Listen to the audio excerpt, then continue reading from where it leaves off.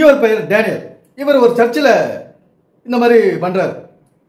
கையை நீட்டுறாரு, புஸ் கஸ் என்றாரு. அப்போ மக்கள் வந்து அந்த சத்தத்தை கேட்ட உடனே ஒரு துடிச்சு போறாங்க. அங்க இருக்கிறவங்களுக்கெல்லாம் ஒரு பரவசத்தில் ஈடுபடுற நினைப்பு. அது மாதிரி துள்ளி குதிக்கிறாங்க. அவங்க எந்த இடத்துல இருக்காங்கன்னு அவங்களை மெய்மறந்து போய் இவர் தஸ் புஸ்ன்னா அந்த சத்தத்துக்கு ஏற்ற மாதிரி அவங்க ஓவர் ஆக்டிங் பண்றாங்க. டேனியல். இந்த வீடியோவுக்கு பேர் வந்து ஸ்பிரிச்சுவல் வார். இந்த நிகழ்ச்சி நீங்க பாருங்க. இந்த நிகழ்ச்சிக்கு இதெல்லாம் வாருங்கதான்டா.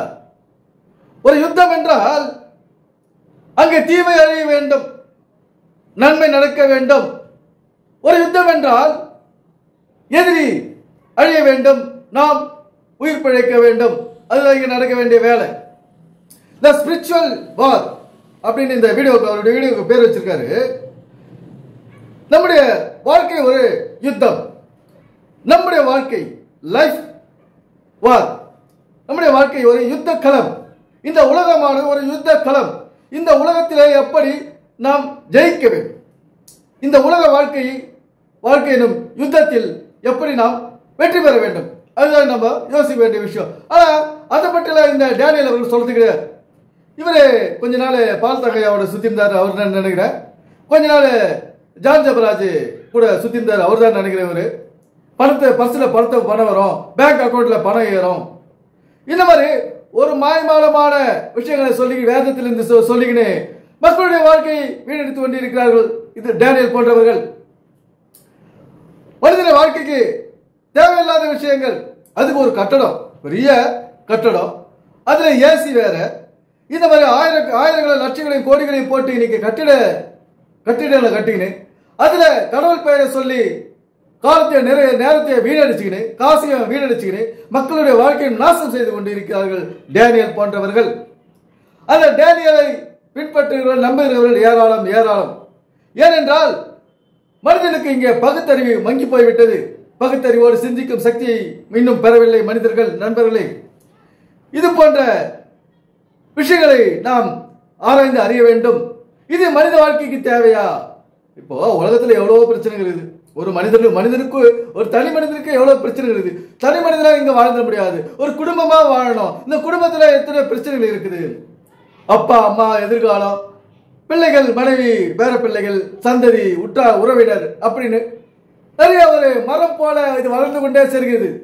நம்முடைய வாழ்க்கை என்னும் விருட்சம், நம்முடைய வாழ்க்கையின் விருட்சம் எப்படி வளமாக இருக்க வளர வேண்டும், எப்படி அந்த வாழ்க்கையின் விருட்சத்தில் நல்ல பழங்கள், பசியாற்றும் பழங்கள் வளர வேண்டும், உருவாக வேண்டும் என்பதை நாம் அறிந்து ஆராய வேண்டும்.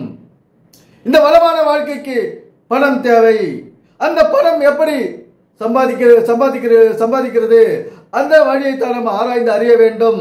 அந்த பணம் சம்பாதிக்க வழியை இந்த வேதம் பைபிள் என்ன சொல்கிறது அதை பற்றி அதுதான் நம்ம மக்களுக்கு எடுத்து சொல்லணும். இந்த பைபிளை திருப்பி படிச்சுட்டா, ஓடி பிரசங்கம் கேட்டுட்டா நமக்கு பணம் வந்து தானா கொட்டிடல. இந்த உலக வழக்கத்தை நாம் இந்த வசனங்களில் இருந்து அறிய வேண்டும், மையமாக வைத்து சிந்திக்க வேண்டும். இந்த உலக வழக்கத்தை, இந்த வசனத்தை மையமாக வைத்து நாம் சிந்தித்து செயல்பட வேண்டும். இந்த உலக வழக்கமும் இந்த வசனமும் எப்படி எந்த இடத்தில் ஒத்து போகிறது என்பதை நாம் ஆராய்ந்து அறிய வேண்டும்.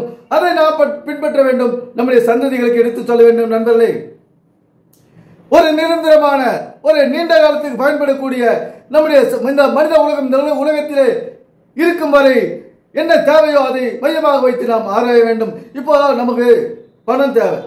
பணம் இல்லைன்னா ஒன்றும் கிடையாது. ஒரு செயலை ஒரு அடி எடுத்து வைக்க முடியாது. பணம் இல்லைன்னா மூச்சு கூட நின்று விடும். மூச்சு நின்று இன்னைக்கு மரணத்தை தழுவி விடுவோம். அதில் எந்த விதமான சந்தேகமும் இல்லை. பணம் தேவை. அந்த பணத்தை இந்த உலகத்தில் உள்ள ஒட்டுமொத்த மக்கள் எந்த வழியில் சென்று சம்பாதிக்கிறார்கள் என்பதை நாம் ஆராய்ந்து அறிய வேண்டும். அதுவே வசனம் சொல்லும் வழி, அதுவே வேதம் சொல்லும் வாழ்க்கை. இந்த பணம் எப்படி சம்பாதிக்கிறாங்க இந்த உலகத்துல?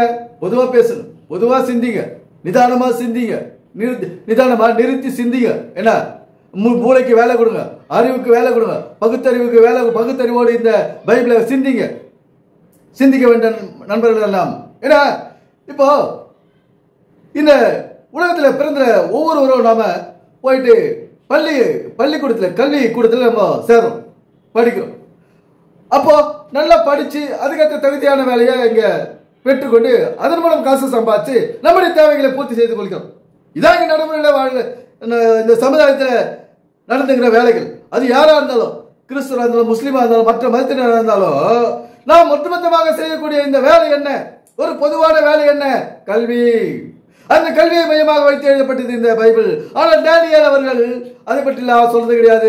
பணம் பாக்கெட்ல நிறைஞ்சிடும், உங்க பேங்க் பேலன்ஸ் அதிகமாயிடும், இங்க உழைத்து சம்பாதித்தால் தான் நமக்கு பணம் நம்முடைய பாக்கெட்டில் வரும் என்ற உண்மையை இந்த டேனியல் அவர்கள் சொல்வதில்லை.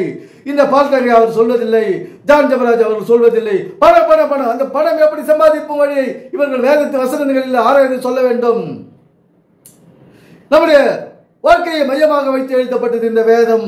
நம்முடைய வளமான வாழ்க்கைக்கு என்ன வழி சொல்கிறது என்பதை நாம் ஆராய்ந்து அறிய வேண்டும். அதையே நாம் செயல்படுத்த வேண்டும். நம்முடைய சந்ததியை அடுத்த கட்டத்திற்கு வளமான வாழ்க்கைக்கு, ஒரு சிறப்பான வாழ்க்கைக்கு நாம் கொண்டு செல்ல வேண்டும். நம்முடைய தலைமுறைகளை ஒரு ஆரோக்கியத்தோடு நாம் கொண்டு செல்ல வேண்டும்.